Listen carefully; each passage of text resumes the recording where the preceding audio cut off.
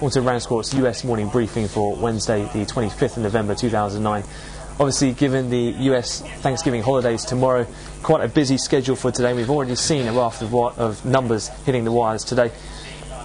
Initial impact did see stocks sell off at 1:30 when the durable goods report did disappoint quite largely to the downside. However, it quickly reversed as the market digested the further jobs data, in particular initial jobless claims coming in at 466,000, a lot lower than the consensus estimate, and also marking the jobless claims fall to its lowest level since September of 2008, so potentially a good sign there on the employment front. Allied to that as well, an uptick above expectations in terms of personal income and spending, with the PCE data not getting much of a look in, given the fact that that was broadly in line with analysts' expectations.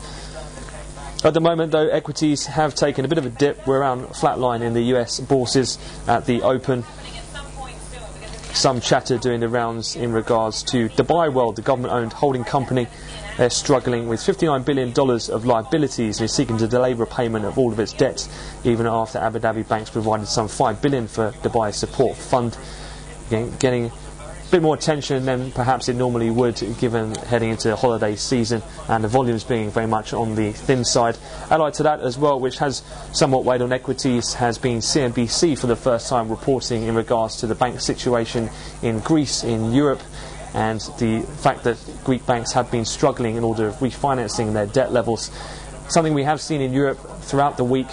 We have seen Greek bond spreads against bonds widening throughout the week on fears of such news.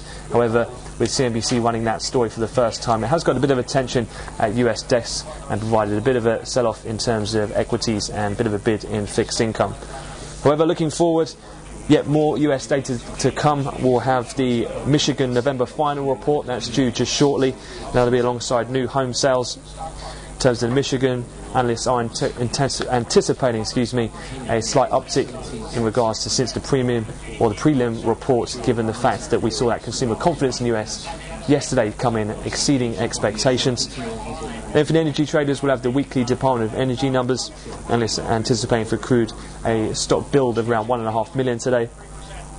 And then in terms of auctions, we'll have the final of the US 3-year or 3 notes that they've issued this week. There'll be a 7-year for $32 billion worth. That'll be at 6 o'clock London, so midday in Chicago.